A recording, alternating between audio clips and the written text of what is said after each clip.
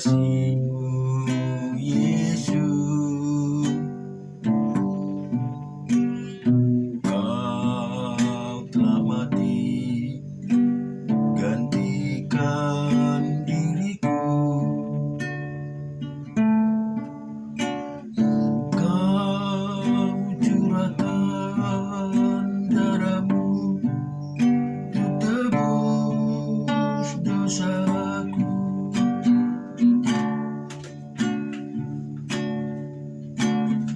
Tak terlupakan kasih-Mu, Yesus. Kau telah mati, gantikan diriku. Kau curahkan darah-Mu untuk tebus dosaku. Layaklah Kau Tuhan, dipuji dan disembah dengan segenap hatiku. Layaklah Kau Tuhan, dipuji dan disembah dengan segenap jiwa ragaku.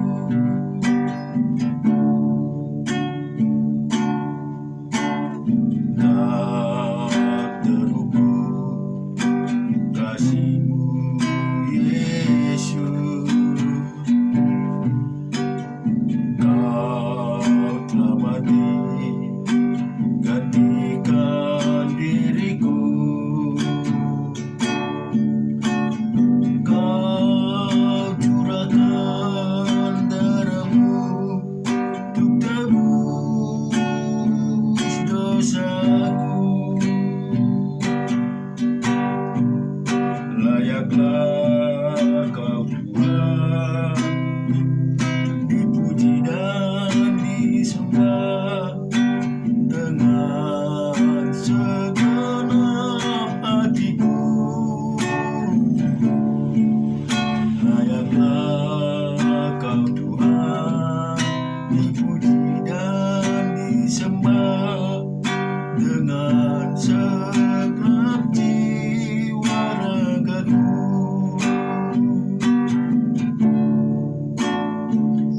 Haleluya, haleluya, kami sembah. Terima kasih, Yesus. Terima kasih, kami bersyukur. Kami bersyukur.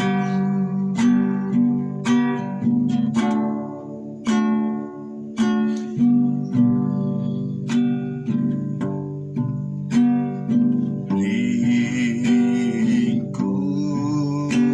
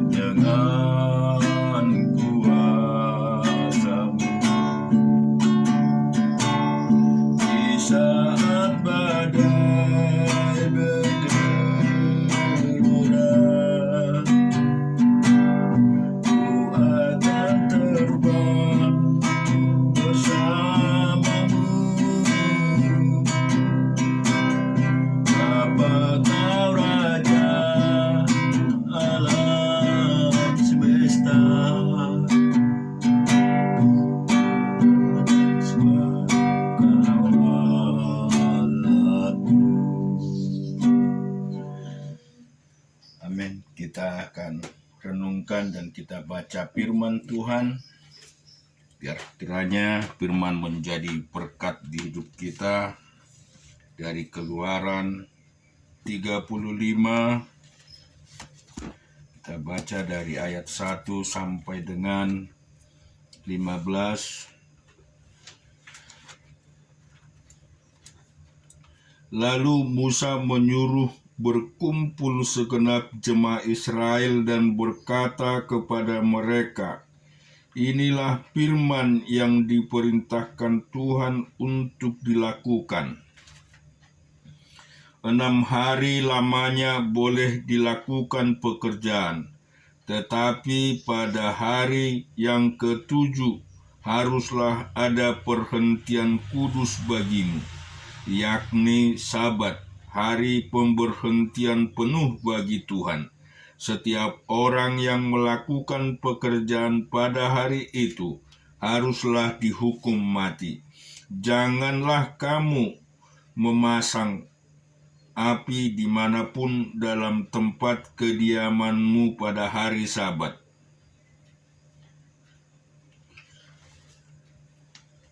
Berkatalah Musa kepada segenap jemaah Israel,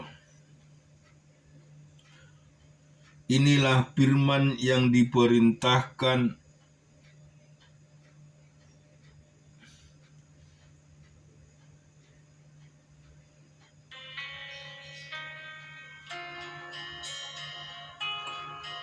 Tuhan, bunyinya, ambillah bagi Tuhan persembahan khusus dari barang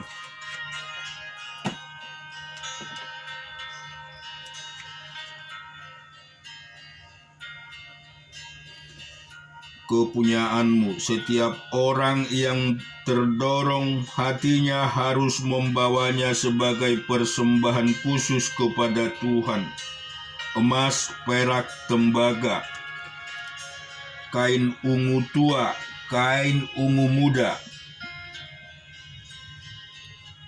kain kermiji, lenan halus, bulu kambing, kulit domba jantan yang diwarnai merah, kulit-kulit lumba-lumba kayu penanga, minyak untuk penerangan, rempah-rempah untuk minyak urapan, dan untuk ukupan dari wangi-wangian, permata krisopras dan permata tahanan, untuk baju efod dan untuk tutup dada.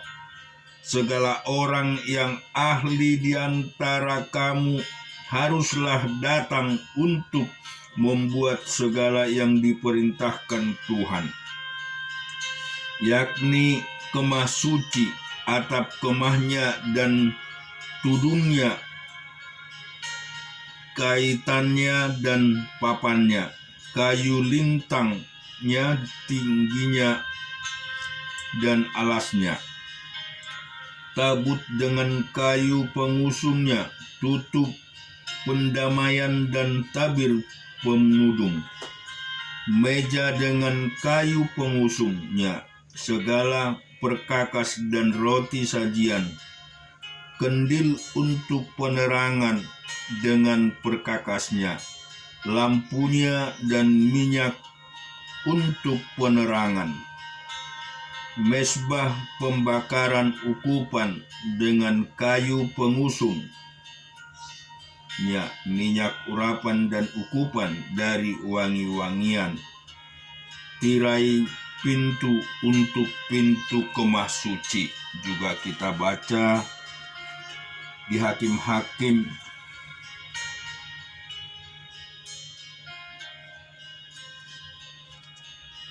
29, Hakim-Hakim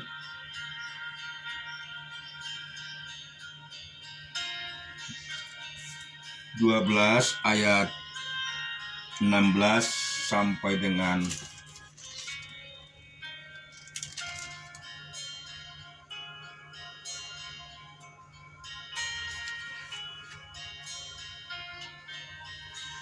11 ayat 29 sampai dengan 40. Lalu roh Tuhan menghinggapi Yefta. Ia berjalan melalui daerah Gilead dan daerah Manase, kemudian melalui Mispa di Gilead, dan dari Mispa di Gilead ia berjalan terus ke daerah Bani Amon. Lalu bernasarlah Yefta kepada Tuhan, katanya, jika engkau sungguh-sungguh menyerahkan Bani Amon ini kepadamu, ke dalam tanganku, maka apa yang keluar dari pintu rumahku akan menemui aku pada waktu aku kembali dengan selamat, dan Bani Amon itu akan menjadi kepunyaan Tuhan, dan aku akan mempersembahkannya sebagai korban bakaran. Dan kita baca lanjut di pasal 12 ayat 1 sampai dengan ayat yang ke-15. Dikerahkanlah orang Efraim, lalu mereka bergerak ke Javon, dan mereka berkata kepada Yefta, mengapa engkau bergerak untuk memerangi Bani Amon dengan tidak memanggil kami untuk maju bersama-sama dengan engkau? Sebab itu kami akan membakar rumahmu bersama-sama kamu. Tetapi jawab Yefta kepada mereka, aku dan rakyatku telah terlibat dalam peperangan yang hebat dengan Bani Amon. Lalu aku memanggil kamu, tetapi kamu tidak datang menyelamatkan aku dari tangan mereka. Ketika kulihat bahwa tidak ada yang datang menyelamatkan aku, maka aku mempertaruhkan nyawaku dan aku pergi melawan Bani Amon itu. Dan Tuhan menyerahkan mereka ke dalam tanganku.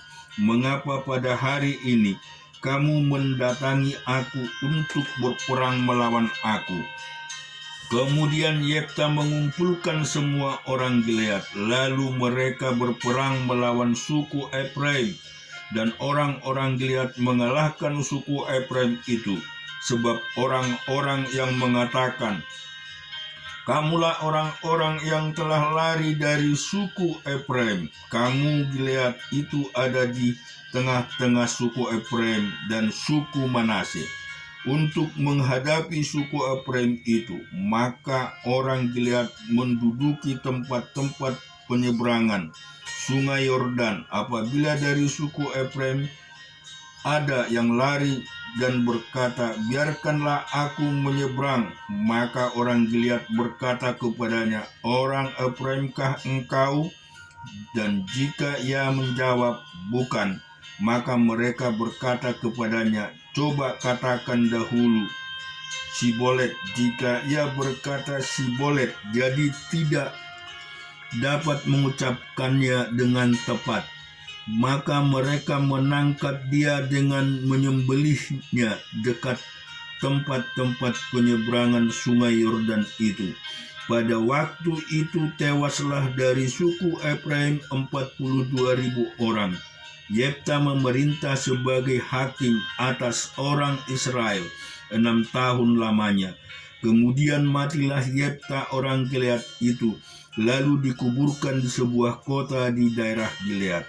Sesudah dia, maka Ebjan dari Bethlehem memerintah sebagai hakim atas orang Israel. Ia mempunyai 30 anak laki-laki, 30 anaknya perempuan dikawinkannya keluar kaumnya, dan 30 anak perempuan diambilnya dari luar kaumnya. Untuk anak-anaknya lelaki itu, ia memerintah atas orang Israel 7 tahun lamanya. Kemudian matilah Ebban, lalu dikuburkan di Bethlehem. Sesudah dia, maka Elon orang Jebulon memerintah sebagai hakim atas orang Israel. Ia memerintah atas orang Israel 10 tahun lamanya. Kemudian matilah Elon seorang Jebulon itu, lalu dikuburkan di Ayalon di tanah Zebulon. Sesudah dia maka Abdon bin Hilet orang Piraton memerintah sebagai hakim atas orang Israel. Ia mempunyai 40 anak laki-laki dan 30 cucu laki-laki yang mengendarai 70 ekor keledai jantan. Ia memerintah atas orang Israel 8 tahun lamanya. Kemudian matilah Abdon bin Hilet orang Piraton itu, lalu dikuburkan di Piton di rumah Efraim di pegunungan orang Amalek. Kita juga akan baca Ayub pasal yang ke-19 ayat 16 sampai 29. Kalau aku memanggil budakku, ia tidak menyahut, dan harus membujuknya dengan kata-kata manis. Napasku menimbulkan rasa jijik kepada istriku, dan bauku membualkan saudara-saudara sekandungku. Bahkan kanak-kanak pun menghina aku. Kalau aku mau berdiri, mereka mengejek aku. Semua teman karibku merasa muak terhadap aku, dan mereka yang kukasihi berbalik melawan aku. Tulangku melekat pada kulit dan dagingku, dan hanya gusiku yang tinggal padaku. Kasihanilah aku, kasihanilah aku, hai sahabat-sahabatku, karena tangan Allah telah menimpa aku. Mengapa kamu mengejar aku seakan-akan Allah dan tidak menjadi kenyang makan dagingku? Kiranya perkataanku ditulis, dicatat dalam kitab, terpahat dengan besi, pengukir, dan timah pada gunung batu untuk selama-lamanya. Tetapi aku tahu penebusku hidup, dan akhirnya ia akan bangkit di atas debu.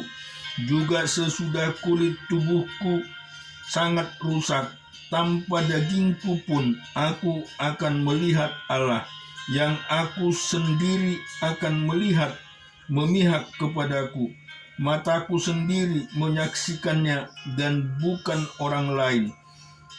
Hati sanubariku merana karena rindu. Kalau kamu berkata, kami akan menuntut dia dan mendapatkan padanya sebab perkaranya. Takutlah kepada pedang karena kegeraman, mendatangkan hukuman pedang, agar kamu tahu bahwa ada pengadilan. Kita juga akan baca di dalam Matius 12 ayat 16, ayat 15 sampai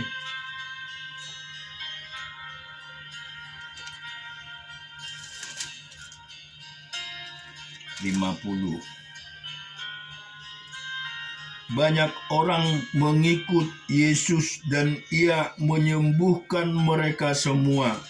Ia dengan keras melarang mereka memberitahukan siapa dia, supaya genaplah firman yang disampaikan oleh Nabi Yesaya. Lihatlah, ini hambaku yang kupilih, yang kukasihi, yang kepadanya jiwaku berkenan. Aku akan menaruh rohku ke atasnya, dan ia akan menaklukkan hukum kepada bangsa-bangsa. Ia tidak akan berbantah dan tidak akan berteriak, dan orang tidak akan mendengar suaranya di jalan-jalan.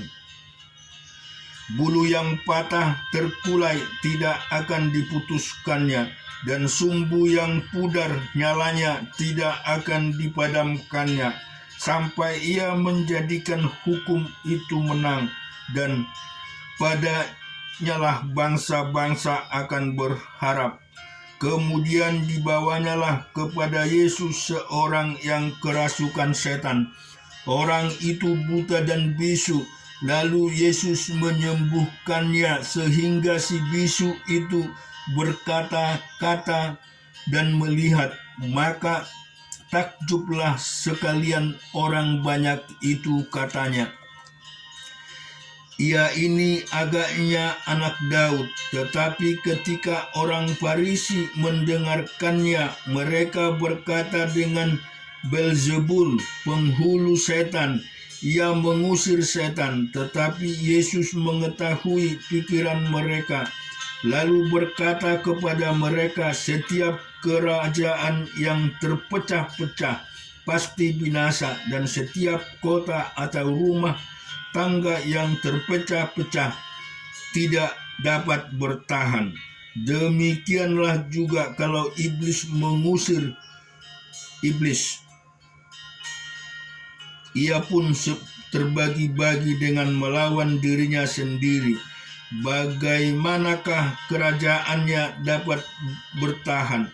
Jadi jika aku mengusir setan dengan kuasa Beelzebul, dengan kuasa siapakah pengikut-pengikutmu mengusirnya? Sebab itu merekalah yang akan menjadi hakimmu. Tetapi jika aku mengusir setan dengan kuasa Roh Allah, maka sungguhlah kerajaan Allah sudah datang kepadamu.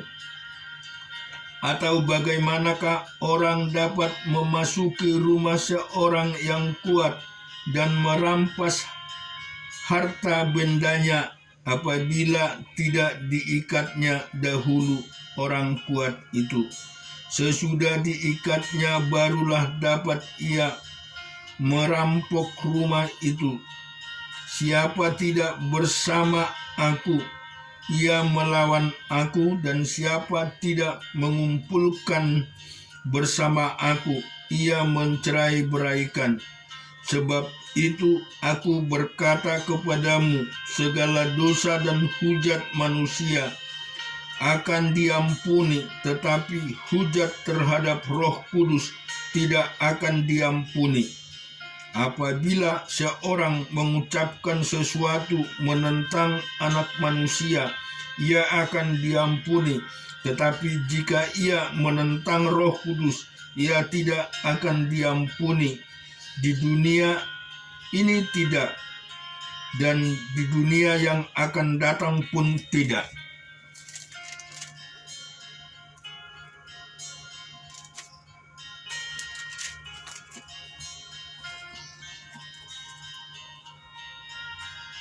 Jikalau suatu pohon kamu katakan baik, maka baik pula buahnya. Jikalau suatu pohon kamu katakan tidak baik, maka tidak baik pula buahnya. Sebab dari buahnya pohon itu dikenal. Hai kamu keturunan ular beludak, bagaimanakah kamu dapat mengucapkan hal-hal baik, sedangkan kamu sendiri jahat? Karena yang diucapkan mulut meluap dari hati. Orang yang baik mengeluarkan hal-hal yang baik dari perbendaharaannya yang baik, dan orang yang jahat mengeluarkan hal-hal yang jahat dari perbendaharaan yang jahat. Tetapi aku berkata kepadamu, setiap kata sia-sia yang diucapkan orang harus ditanggungjawabkannya pada hari penghakiman. Karena menurut ucapanmu engkau akan dibenarkan, dan menurut ucapanmu pula engkau akan dihukum. Amin. Tuhan memberkati kita semua.